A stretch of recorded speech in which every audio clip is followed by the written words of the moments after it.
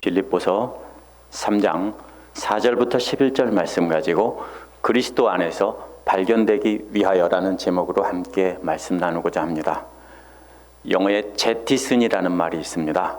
이게 비상시에 배와 승객을 구하기 위해서 화물을 다 내버리는 것을 말합니다. 비행기가 갑자기 뜨자마자 회항하게 되면 비상 착륙하게 될 때는 약 25,000불에서 30,000불에 해당하는 항공료를 공중에 다 쏟아버리고 착륙합니다.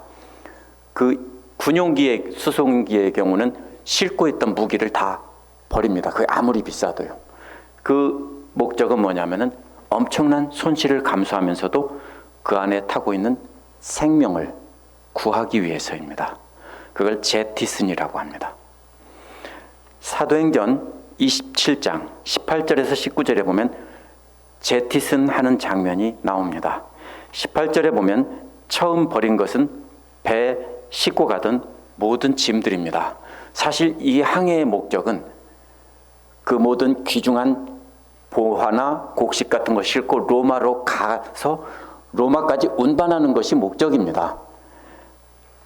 그런데 거기에다 일부 죄수를 태운 것입니다. 사실 죄수는 항해의 본래 목적이 아닙니다. 그런데 풍랑을 만나서 배가 침몰할 위기가 이르자 죄수를 버린 것이 아니라 귀중한 물건들을 모두 바다에 던졌습니다. 나중에는 사흘 동안 버티다가 더 이상 버틸 수 없을 때 항해하는 도구를 버렸다고 했습니다. 노를 젓는다든지 모든 배를 항해하는 데 필요한 것을 돛 같은 이런 것을 다 버렸다는 뜻입니다. 무게를 줄여서 배가 뒤집히는 것을 막기 위해서입니다. 44절에 보면 결국 그래서 배 안에 탄 모든 사람들이 상륙하여 다 구원을 얻었다고 했습니다. 이것이 제티슨입니다. 오늘 말씀 전체를 지배하고 있는 그림도요, 바로 제티슨입니다. 바울은 풍랑 가운데서 항해하는 배와 같았습니다. 그렇게 소중히 여기던 것들을 다 내버렸다라고 말합니다. 그렇게 다 버린 것은 그리스도를 아는 지식이 가장 소중하기 때문입니다. 그리스도를 알아서 그리스도를 따라 영원한 하나님 나라의 항구에 도착하여 영원한 몸을 입고 하나님 앞에 서기 위해서라고 바울은 말합니다. 그 소망 때문에 자신이 전에 그렇게 중히 여기던 것을 다 내버렸다고 했습니다. 이 말씀을 통해서 우리는 우리의 인생 항해에서 우리 각자가 버릴 것이 무엇인지 생각해보고 끝까지 바울처럼 간직해야 될 것이 무엇인지 한번 생각해보는 시간을 갖도록 하겠습니다. 4절부터 8절에는 먼저 버려야 될 것들이 나옵니다. 3장 2절에 보면 바울은 세 가지를 잘 살펴보라고 했는데요. 세 가지는 개들과 악한 행동을 하는 자들과 완전히 잘라버리는 자들, 이 세 가지입니다. 개들이란 율법을 지키지 않는 사람을 정죄하고 물어뜯는 유대주의자들입니다. 이런 자들은 하나님 말씀을 가지고 남을 정죄하고 비판하고 물어뜯기만 합니다. 예수님 당시에 율법학자와 바리새 사람들이 다 개였습니다. 이런 자들이 교회에 들어오지 못하게 잘 살펴보라는 것입니다. 두 번째로는 악한 행동을 하는 사람들입니다. 이 말은 남의 밭에 들어와 추수 때 몰래 곡식을 다 거두어가는 사람들이라는 뜻입니다. 얼마나 나쁜 사람들입니까? 1년 동안 농사지은 곡식을 밤에 와서 몰래 싹 다 벼가는 겁니다. 한국에서도 그런 일이 가끔 뉴스에 나옵니다. 밤에 콤바인 하비스터를 갖고 와서 그냥 싹 벼가지고 도망갑니다. 그게 바로 이 악한 자들, 악한 행동을 하는 자들입니다. 어디에 있습니까? 오늘날 신천지와 같은 이단들이 잘 성장한 교회에 들어와서 중요한 일을 하는 것처럼 헌신봉사하다가 교회 핵심 자리에 서면은 그 다음에 사람들을 다 빼가지고 옮겨갑니다. 그것이 바로 이 사람들입니다. 세 번째로는 완전히 잘라버리는 자들이란 이방인도 할례를 받아야 구원받는다고 주장하던 그리스도인들입니다. 교회 안에 들어와 그리스도를 믿는 것처럼 가장하면서 할례를 주장하는 자들, 이런 사람들을 잘 살펴보라는 겁니다. 이 세 가지가 다 살펴보라는 것입니다. 제가 이 앞에 말씀을 이렇게 설명한 이유는 그래야 오늘 말씀을 이해할 수 있기 때문입니다. 개와 악한 일꾼과 완전히 잘라버리는 자들은 바로 과거 바울의 모습입니다. 정확히 바울의 모습입니다. 그래서 오늘 말씀에서도 자신도 그런 사람들처럼 그런 일에 자랑하는 것이라면 누구한테도 지지 않는다라고 말한 겁니다. 그러한 육신적인 것에 확신을 갖고 있었다면, 그런 자들이 그런 확신을 갖고 있었다면 자신은 누구보다 더 큰 확신을 가졌다는 겁니다. 바울이 과거에 예수님 만나기 전에 육신적인 것에 확신을 가졌던 그 자랑은 첫 세 가지가 출신 성분에 관한 자랑입니다. 첫 번째 자랑은 난 지 8일 만에 할례를 받았다. 원어는 나는 8일짜리 사람이다, 이런 뜻입니다. 할례에 있어서는 나는 8일짜리 사람이었다라는 말입니다. 이 말은 자신이 신실한 유대교 신자였다는 뜻이 아니고 우리 부모가 신실한 신자여서 8일 만에 나를 할례를 받도록 시켰다. 그만큼 우리 부모님은 열렬한 유대교 신자였다, 이 뜻입니다. 그래서 부모의 신앙을 자랑하는 것입니다. 두 번째 자랑은 이스라엘 족속 중에서 베냐민 지파라는 것입니다. 이스라엘 족속이라는 말은 개종자가 아닌 날 때부터 택함받은 하나님의 백성이라는 것입니다. 오늘날 미국에서도 미국 시민권을 나중에 얻은 자와 태어날 때부터 미국 시민권인 자를 사실 약간은 구별을 합니다. 그것처럼 여기서도 이스라엘 족속이라는 말은 할례 받고 개종한 하나님의 백성이 아니라 처음부터 본래부터 하나님의 백성이었다, 이런 뜻입니다. 근데 그 중에서도 베냐민 지파라고 하는 것은 12지파 중에서 최고로 인정받던 지파입니다. 왜냐하면 야곱의 12아들 중에서 본 부인인 사랑하는 아내 라헬이 낳은 사람은 딱 둘입니다. 야곱과 베냐민인데, 야곱은 이집트에서 이집트 여자들과 결혼했기 때문에 사실 결격 사유가 있습니다. 근데 베냐민만 약속의 땅에서 태어났습니다. 그리고 베냐민만이 순수 혈통입니다. 그렇기 때문에 혈통으로 모든 이스라엘 사람들이 최고로 인정해준 지파가 베냐민 지파입니다. 또 베냐민 지파는 또한 최고의 용사입니다. 일당 100의 용사들입니다. 그래서 전체 지파가 다 베냐민과 싸워도 이기기가 쉽지 않았던 게 베냐민 지파입니다. 첫 번째 왕 사울도 역시 베냐민 지파입니다. 그래서 혈통으로는 이스라엘 중에 자기는 최고의, 우리식으로 말하면 양반 가문 중에서도 그냥 평범한 양반이 아니고 최고 벌렬 양반 가문이다, 이런 뜻입니다. 세 번째 자랑은 히브리인 중에 히브리인이라고 했는데, 이것은 히브리인이라는 것은 히브리 말을 하는 사람들이라는 뜻입니다. 그런데 바울과 같은 디아스포라 유대인들은 히브리 말을 할 줄 몰랐습니다. 자기 나라의 말을 했습니다. 바벨론 포로에서 돌아온 이후에 갈릴리와 유대 사람들은 모두 다 아람어를 썼습니다. 그러므로 히브리 말은 그 당시에는 쓰이는 말이 아닙니다. 히브리 말을 하는 사람은 오늘날 미국 사람이 라틴어를 하는 사람이다와 똑같은 말입니다. 누구만 씁니까? 학자들만 쓰는 말입니다.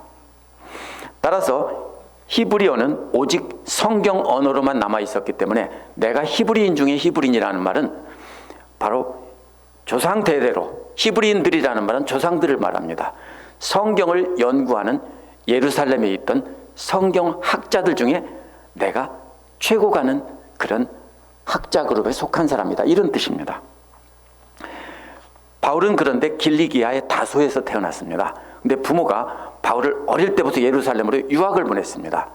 그래서 예루살렘의 가말리엘 문화에서 성장을 했습니다. 오늘날로 말하면 미국 최고의 학교를 다녔다, 이런 뜻입니다. 그래서 최고의 가문이고 최고의 전통을 자랑하고 있고, 유대인들 대대로 가장 중히 여기던 것이 뭐냐면은 높은 사람이 아닙니다. 유대인들은 성경을 잘 알고 가르치는 존경받는 지도자들이 최고의 지도자들입니다. 그런 사람들이 왕보다 더 높이 인정을 받던 사람들입니다. 그렇기 때문에 바울은 히브리인 중에 히브리인이라는 말은 나는 조상 대대로 하나님 말씀을 연구하고 가르치고 전하는 존경받는 그런 가문이었습니다, 이런 뜻입니다. 이 세 가지는 모두 바울이 태어날 때부터 부모에게 물려받은 것입니다. 금수저라는 뜻입니다. 근데 오늘날 우리처럼 돈으로 금수저가 아니라 이렇게 명예로, 최고의 금수저라는 뜻입니다. 그 다음 세 가지는 스스로 노력해서 얻는 자랑인데요. 첫 번째 자랑은 바리새파 사람이라고 말합니다. 바리새라는 말은요, 구별되었다는 뜻인데요. 언제부터 생겼냐면 바벨론 포로에 갔다가 성전이 무너지면서 제사장 가문이 힘을 잃게 됩니다. 그러면서 거기에서 성경을 열심히 연구해서 우리가 하나님 나라를 회복하려면 말씀으로 회복해야 된다고 해서 철저하게 말씀을 연구해서 율법을 기록해가지고 돌아와서 이스라엘을 재건한 사람들이 바로 바리새파 사람들입니다. 그렇기 때문에 이 사람들은 이스라엘 사람들 중에 최고로 존경받던 사람들입니다. 예수님이 싹 무시하니까 우리는 무시할 만한 사람인 줄 알고 바리새파 같은 놈 이렇게 말하는데요. 사실은 그런 사람들이 아닙니다. 이들은 정말로 최고의 경건한 사람들입니다. 실제로 대제사장보다 실질적인 더 큰 권력을 가졌던 사람들은 바리새파 사람들입니다. 그 중에서도 최고의 스승인 가말리엘 문화에서 교육을 받은 바리새파 사람 중에 최고의 사람입니다. 이건 율법을 배운 것을 자랑하는 것입니다. 두 번째로 자랑은 종교적 열심으로는 교회를 핍박했다는 것입니다. 이게 어디에 나오냐면요, 민수기 25장에 나오면 제사장 아론의 손자인 비느하스가 음란한 자들을 어떻게 합니까? 다 이렇게 창으로 찔러 죽이고 심판하는 장면이 나옵니다. 바로 그런 모습입니다. 그렇게 열심히 더러운 것을 제거해서 거룩한 공동체를 만들겠다고 바울이 뛰어다닌 것이 바로 교회를 핍박한 겁니다. 왜? 이 더러운 인간들, 배신자들, 하나님 이름을 더럽히는 놈들 이렇게 생각하고 바울은 창을 들고 쫓아다니면서 예수를 믿는 사람을 찔러 죽인 것과 같은 그런 행동을 한 것이 교회를 핍박한 것입니다. 바울은 자신이 알고 있는 신념대로, 율법대로 공동체를 지키기 위해서 말씀을 알고 있는 것을 행동으로 옮긴 겁니다. 첫 번째가 바리새파 사람이 배운 것을 자랑한 것이라면, 율법으로는 교회를 핍박했다는 말은 행동으로 그것을 옮겼다는 뜻입니다. 셋째 자랑은 율법에 의해 대해서는 흠이 하나도 없는 사람이라고 했습니다. 당시 율법의 기준으로 성경에 나와 있는 게 아니고요, 그 밖에 수많은 구전율법들을 다 점검해도 자신은 한 개의 얼룩도 없다는 것입니다. 얼마나 대단한 자랑입니까? 대제사장도 그런 자랑하기 어려울 겁니다. 나는 성경에 있는 것뿐 아니라 기록된 율법이나 구전율법 다 털어도 걸리는 게 나는 단 한 개도 없는 사람이다, 이런 뜻입니다. 얼마나 소름 끼칠 만큼 열심히 믿었던 사람입니까? 완벽하게 율법을 다 지켰다는 자랑입니다. 율법의 지식과 그 행함에 있어서 최고였을 뿐 아니라 율법의 모든 조항을 다 알아서 단 한 개도 어긴 것이 없다라는 뜻입니다. 누구와 같습니까? 누가복음 18장 21절에 나오는 부자 청년이 흠이 없는 자다라고 한 것과 같은 말입니다. 바울은 과거에 이러한 자랑들을 아주 귀한 보물로 여기고 간직했다고 자랑한 것입니다. 너희들이 그런 거 자랑하냐? 나는 그런 거라면 나도 한가닥 했다, 이런 뜻입니다. 근데 이 6가지 자랑들은요, 바울에게 있어서는 생명과도 같은 것입니다. 아무리 많은 돈을 주고 아무리 높은 지위를 준다고 해도 절대로 바꾸지 않을 것입니다. 과거에 최고로 소중히 여겼던 것입니다. 그런데 그것을 엄청난 이익이라고 했는데요, 이것은 이익들입니다. 많은 이익들을 단 하나의 손해라고 이렇게 말했습니다. 많은 이익들을 왜 하나의 손해라고 하냐면요, 다 묶어서 하나의 손해를 여기고 버렸다는 뜻입니다. 무슨 뜻입니까? 내가 가진 보물을 다 쓰레기 봉투에 담으면 똑같이 다 뭡니까? 그냥 쓰레기예요, 그렇죠? 그래서 많은 여러 가지 이익들을 열거하면서 그것을 딱 하나의 손해로 여겼다고 했는데 쓰레기라는 뜻입니다. 제가 교육대학 다닐 때 1년 선배 한 사람이 대학 다닐 때부터 틈틈이 행정고시를 준비했습니다. 그래서 유별난 삶으로 유명했습니다. 틈틈이 행정고시를 준비했는데 그 선배는 29살에 행정고시에 합격을 했습니다. 그래서 행정고시 합격한 사람이 어떻게 했겠습니까? 그 선배가 아끼던 모든 고시의 과목에 관한 책들을 다 묶어서 하나로 묶어서 하나의 제목으로 묶어서 버렸습니다. 어디다 버렸을까요? 종로에 있는 헌책방에다가 버렸습니다. 버렸습니다. 전에는 한 과목 한 과목을 그렇게 소중히 여기던 것을 시험에 합격했으니까 이제 필요 없으니까 묶어서 헌책방에다 갖다 주고, 그거 아깝다고 했을까요? 딱 한 가지 뭡니까? 그 전체 묶어서 쓰레기. 7절은 바울이 말한, 앞에서 말한 큰 이득들이라고 생각했던 것을, 자랑했던 것을 딱 하나의 손해로 하겠는데요, 과거에 소중하게 했던 모든 과목의 책들을 빨간색 비닐끈으로, 아시죠? 그걸로 빨간색 비닐끈으로 꽁꽁 묶어서 전부 다 쓰레기 처리했다라는 뜻이 바로 오늘 말씀의 바울 얘기입니다. 8절은 과거에 그렇게 이미 완전히 쓰레기로 버리기로 작정한 것을 지금도 역시 계속해서 쓰레기로 여기고 있다는 겁니다. 무슨 말입니까? 고시 합격하고 정부 부처에 고급 공무원이 된 사람이 다시 그거 찾아가서 아깝다고 다시 가서 그거 찾아다가 다시 공부할 필요는 없다는 뜻입니다. 끝났다는 뜻입니다. 그래서 과거에 쓰레기로 버렸는데 지금도 바울은 계속해서 쓰레기로 여기고 있다는 뜻입니다. 무엇 때문에 그렇게 다 묶어서 쓰레기처럼 내던졌을까요? 바울은 그 이유를 내 주 예수 그리스도를 아는 지식이 최고의 가치를 지니고 있기 때문이라고 말합니다. 최고의 가치를 지닌 그리스도를 아는 지식을 간직하려고 하다 보니까 과거에 보물처럼 여기고 간직했던 그 지식들을, 그 행위들을 다 쓰레기로 여겼다는 것입니다. 바울은 그런데 이것을 쓰레기라는 말을 오물이라는 말로 바꿉니다.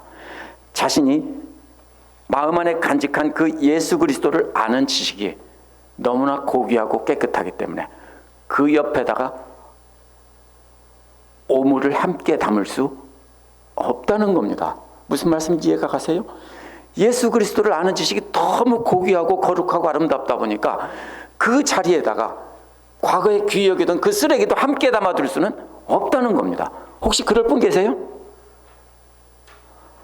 아주 귀하게 여기는 최고 맛있는 음식을, 요리를 잘 포장해 담았는데 거기다가 쓰레기도 함께 부어가지고 운반해 가시고 가실 분 혹시 계세요? 바울의 마음이 지금 그것입니다.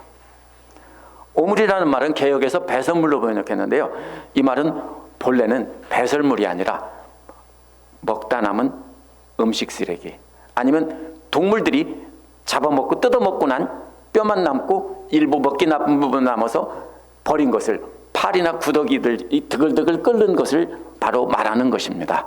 즉 먹다 남은 쓰레기입니다. 바울이 앞에서 말한 율법으로 다른 사람을 정죄하는 사람을 개라고 한 것과 연결되는 그림입니다. 앞에서 개라고 그랬죠. 그런데 그것을 지금은 개들이 먹다 남은, 아니 사람이 먹다 남은 음식을 개들에게 던진 것을 지금 비유하고 있습니다. 그렇게 과거에 소중하게 여겼던 6가지 자랑은 자신이 개였을 때는 자신도 그것을 귀히 여기고 맛있게 먹었다는 겁니다. 그런데 예수 그리스도를 아는 소중한 지식을 마음에 담고 보니까 개에서 하나님 자녀로 신분이 바뀌고 보니까 그 음식 쓰레기들은 다시는 간직할 수가 없었다는 겁니다. 그래서 다 버렸다는 겁니다. 개들에게는 사람이 남긴 음식 찌꺼기나 사자와 같은 육식동물이 남긴 동물의 사체는 여전히 탐나는 최고의 음식입니다. 오늘날은 우리가 애완동물로 사람보다 귀히 기르니까 그렇게 생각 안 하겠지만 옛날에 개들은 그냥 풀어놓고 다니면서 주워먹고 잡아먹고 주인이 주는 음식 주면은, 쓰레기 주면은 먹고 그렇게 하고 살았습니다. 근데 이제 바울이 육신의 탐욕을 따라 살던 개에서 하나님의 뜻을 기쁨으로 순종하는 하나님의 아들이 되고 보니까 그렇게 과거에 좋아하던 그 먹이들이 쓰레기로 보인다는 겁니다. 그래서 다 던졌다는 겁니다. 뭐를 위해서요? 그리스도를 얻기 위하여.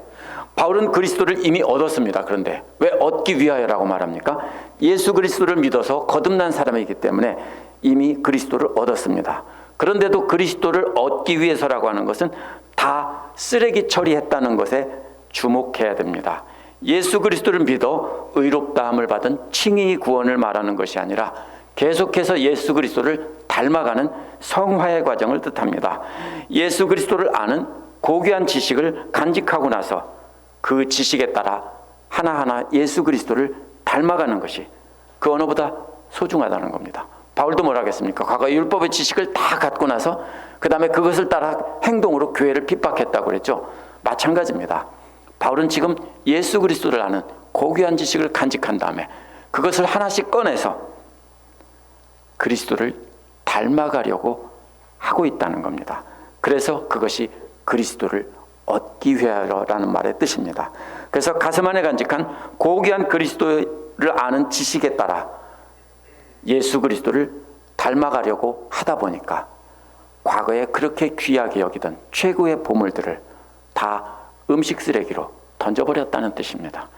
마태복음 13장 44절에서 밭에 숨겨진 보물을 발견한 사람이 모든 걸 투자해서 그것을 샀다는 것과 같습니다.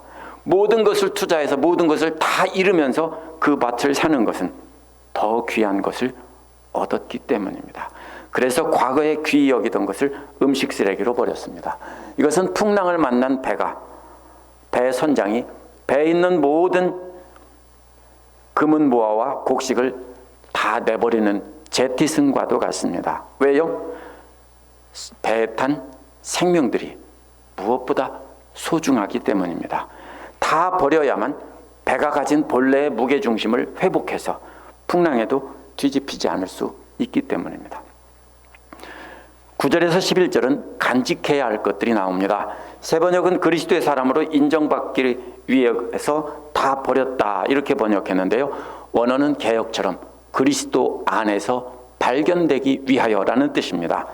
그리스도와 같은 영광의 몸을 입고 하나님 앞에 서면 하나님께서 뭡니까? 우리의 몸이 그리스도와 똑같은 모습으로, 그렇죠? 그리스도와 똑같이 닮은 모습 속에 우리가 그 안에 들어있다라는 것을 하나님이 발견한다는 겁니다. 그러면 우리가 하나님 앞에 서면 어떻게 됩니까? 수많은 그리스도들이 하나님 앞에 가득 서 있는 겁니다. 그 안에 누가 들어있어요? 우리가 들어있다는 뜻입니다. 뭐예요? 무슨 뜻이에요? 바울은 우리가 그리스도를 완전히 닮아서 우리가 그리스도의 영광스러운 모습으로 거룩한 모습으로 변화돼서 하나님 앞에 서는 것을 바라면서 이 말을 하고 있습니다. 이것은 최종적으로 우리가 얻을 영화의 구원을 뜻합니다. 바울이 그동안 그렇게 자랑하던 세상 보물들을 다 음식 쓰레기처럼 던진 이유가 여기서 분명하게 드러납니다. 바울은 그리스도를 아는 고귀한 지식으로 그리스도를 닮아가서 마지막 심판날에는 그리스도와 같은 영광의 몸을 입고 영원하신 하나님 앞에 서기를 원하는 것입니다. 이것은 풍랑이 이는 거친 바다를 항해하는 배와 똑같습니다. 바울은 거친 바다를 항해하는 배로 비유한 것입니다. 세상의 거친 파도에 뒤집히지 않으려면 배 안에 가득 싣고 있던 세상의 귀한 보물을 쓰레기로 여기고 던져야 합니다. 그래야 거친 세상을 항해하고 마지막에 하나님의 항구에 안전하게 도착할 수 있는 것입니다. 하나님의 항구에 도착하기 위해서 바울은 다 내버렸다라는 겁니다. 그래서 바울은 하나님 나라의 항구에 안전하게 도달하기 위해서 버린 것 대신에 간직해야 할 것을 이어서 말하고 있습니다. 바울이 간직해야 될 것은 율법으로부터 얻는 나 스스로의 의가 아니라 예수 그리스도를 믿음으로 얻는 의입니다. 믿음으로부터 얻는 의라는 것은 단순히 그리스도를 믿는 것이 아니라 십자가에서 죽기까지 그리스도께 충성을 다하는 것을 뜻합니다. 그렇다고 우리가 완벽해야 된다는 뜻은 아닙니다. 그러나 죽는 날까지 열심히 우리가 보물 같은 말씀을 간직하고 그 말씀을 따라 순종하며 살아가는 것이 바로 예수 그리스도를 믿는다는 뜻입니다. 우리는 근데 너무 쉽게 나 믿어 하고서는 그 다음에는 아무렇게나 살죠. 그건 믿는 게 아닙니다. 이 말에 따르면. 그러면 바울은 자기 십자가를 지고 나를 따르라고 하는 예수님의 명령에 따라 그 명령을 간직하고 끝까지 따라가기 위해서 소중한 것을 다 버렸다는 뜻입니다. 그 믿음의 근거를 둔 하나님으로부터 오는 의를 간직하려는 것입니다. 그렇게 그리스도를 죽기까지 따라가는 목적의 십자가에서 세 단계로 말하는데요. 이 세 단계가 그리스도를 얻고 발견되기 위해서, 그리스도를 얻는다는 말이 뭐라고 했습니까? 성화의 과정이라고, 발견된다는 말은 하나님 앞에서 영화라고 그랬죠. 그것과 같은 말입니다. 첫째 단계는 그리스도를 아는 것입니다. 안다는 말은 그냥 나 누구 알아 이런 뜻이 아닙니다. 연인끼리 사랑할 때 이 안다는 말을 씁니다. 어떻게 해요? 점점 더 알아가며 사랑의 마음도 깊어지죠. 그것처럼 그리스도와 사귀면서 점점 더 깊은 사랑을 나누는 것입니다. 그것이 안다입니다. 둘째로는 그리스도와 그렇게 친밀한 연인처럼 되었을 때 부활의 첫 열매이신 그분의 능력을 안다는 것입니다. 그래서 그리스도의 부활을 안다는 것은 나도 내 사랑하는 연인인 그리스도를 따라서 나도 똑같이 그렇게 부활의 몸을 입겠구나. 이것이 바로 부활의 능력을 안다라는 뜻입니다.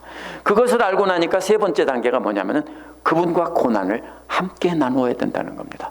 그분과 똑같은 몸을 입으려면 우리가 이 땅에 살면서 그분과 똑같은 고난을 나누어야 되는 것입니다. 바울이 그리스도와 함께 나누어야 될 고난이 그리스도의 십자가의 죽음까지 똑같이 담는 것이라고 말합니다. 그렇게 모든 것을 다 버리는 이유는 어떻게 해서라도 도착하고 싶다라는 것이 바로 11절입니다. 바울은 어떻게 해서든지 그 하나님 나라의 항구에 반드시 도착하고 싶다 이런 말입니다. 바울은 인생의 항해를 마치고 난 뒤에 죽음으로부터 부활의 능력을 경험해서 그 하나님 나라의 항구에 도착하고 싶다라는 것입니다. 영원한 몸을 얻는 그 항구에 도착하기 위해서 나는 중요하지 않은 것들, 쓰레기들을 다 내던졌고 계속해서 던지고 있다라는 뜻입니다. 이어지는 3장 11절에서는 세상 것 다 버리고 항해하여 항구에 도착하는 그림을 뭘로 바꿨냐면요, 달리기 하는 그림으로 바꿨습니다. 왜 이게 똑같은 비유냐면요, 오늘날 달리기 선수들은 옷을 입지만 고대 올림픽 선수들은 빨가벗고 뛰었습니다.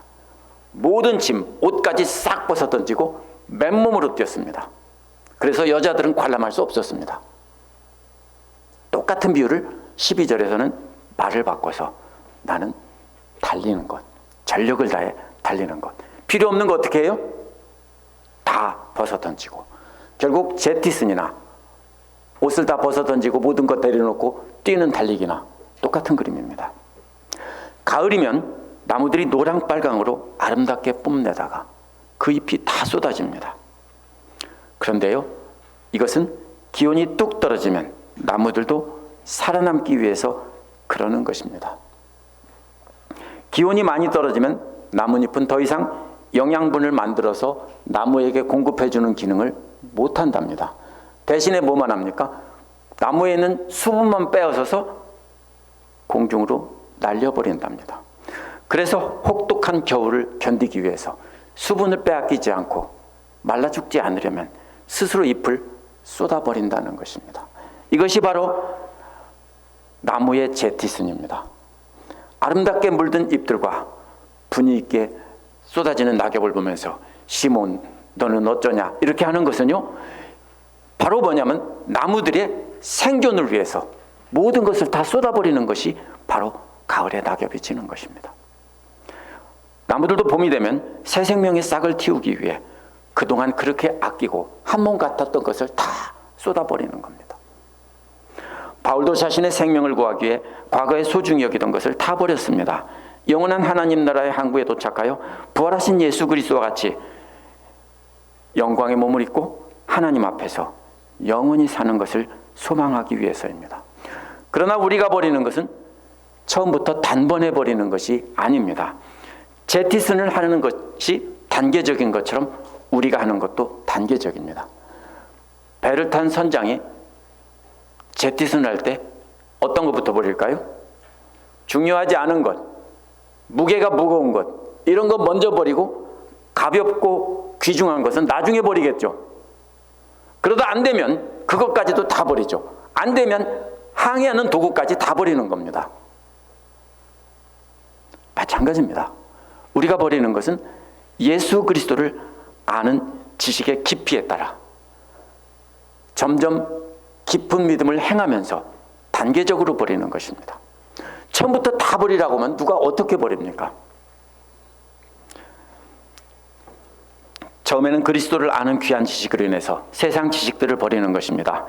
그 다음에는 그분의 부활의 능력을 깨닫고 마음에 간직한 지식을 따라 그리스도를 닮기 위해서 내 과거에 개와 같이 살았던 본능을 탐욕을 따라 살았던 모든 습관과 행동들을 버리는 것입니다. 마지막 단계는 그렇게 버리다 보면 고난과 핍박을 받게 마련입니다. 그런데 고난과 핍박을 건디면서 주님 앞에 가는 날까지 예수 그리스도를 닮아가는 이 과정은 마지막에 가장 어려운 것들까지 다 버리는 것입니다. 고난이 없다면 우리는 절대로 예수 그리스도를 닮아갈 수 없습니다.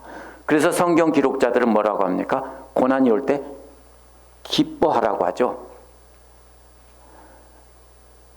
여러 사도들이 다 그렇게 말합니다. 고난이 오면 기뻐하라. 그냥 기뻐하는 게 아니라 입이 찢어지라고 기뻐하라 라고 했습니다. 우리의 믿음의 무게가 점점 더해지면서 우리가 버려야 되는 무게도 커지는 겁니다. 우리의 믿음의 무게가 커지면 버려야 되는 것이 커지는데 마가복음 10장 29절에 예수님께서 버려야 될 순서를 말씀하셨습니다. 그것이 바로 그 소중한 것의 순서입니다. 집이나 형제자매나 아버지 어머니나 자녀나 논밭의 순서로 되어 있습니다. 왜 집이, 오늘날 한국 같으면 집이 제일 소중하겠죠. 근데 유대인들은 유목민이기 때문에 텐트가 집이고요. 언제든지 버립니다. 그렇죠? 집이 제일 먼저 버릴 수 있는 것입니다. 그 다음에는 아버지나 어머니입니다. 자신들에게 공급해주는 아버지나 어머니. 그 다음에는요, 자식입니다. 그렇죠? 자식 다음에 왜 논밭입니까? 이 논밭은 유산입니다. 자손 대대로 영원히 물려줘야 될 유산이니까 이거는 버릴 수 없는 것들입니다. 제가 왜 이 얘기를 하냐면요, 예수님도 그렇게 순서대로 버리라고 말씀하셨습니다. 그러면 우리가 버리는 것이, 버리기 쉬운 것부터 하나씩 버리는 연습을 해야 합니다. 믿음의 초보일 때 버리기 쉬운 것부터 버리기 시작해서 점점 성숙해지면서 가장 중요한 것을 버리는 겁니다. 제일 버리기 쉬운 것이 뭔지 아세요? 돈입니다. 그래서 버리는 연습을 10분의 1만 버려라. 다 버리라고 하면 못할 테니까 이것이 11조입니다. 마지막에는 소중한 것까지 다 버리면서 그리스도를 닮아가는 일에 방해가 된다면 다 버리라는 겁니다. 한꺼번에 다 버리게 하면 힘들지만 믿음에 성숙해지면서 마음에 내킬 때 하나씩 버리는 것은 할 수 있습니다. 그렇게 몸부림치며 하나씩 버리는 것이 그리스도의 닮은 영광의 몸을 얻기 위해서입니다. 그래서 마지막에는 다 버릴 수 있는 겁니다. 그러나 단순히 우리 자신만 그렇게 다 버리고 예수를 닮아가면 안 됩니다. 믿음이 성숙해지면 우리도 바울처럼 환난과 핍박 속에서 그분에 대한 지식의 깊이를 더하면서 그 말씀을 증거하는 자들이 되어야 됩니다. 그것을 나를 위해만 사용하던 그 물질을 그리스도를 위해 사용함으로 버릴 수 있습니다. 나의 영광을 위해서 사용하던 나의 재능을 그리스도를 위해 사용함으로 버릴 수 있습니다. 그리스도에 대한 지식과 그 부활의 능력을 알아가고 그 고난을 알아가면서 우리는 함께 모든 것을 다 버리고 그리스도의 고난의 길을 따라가자고 해야 되는 것입니다. 만약 이러한 부활의 주님의 능력을 알아가는데 방해된다면 뭐든지 다 내려놓을 줄 알아야 됩니다. 우리가 그러한 세상의 모든 것을 다 버릴 때 우리는 비로소 주님의 십자가의 고난에 참여하는 것입니다. 그래도 우리가 그러한 고난을 참고 견딜 수 있는 것은 장차 주님 앞에 섰을 때 그리스도와 같은 영광의 몸을 입고 영원한 생명을 얻어서 그리스도 안에서 하나님 앞에 발견되기 위해서입니다. 기도하겠습니다.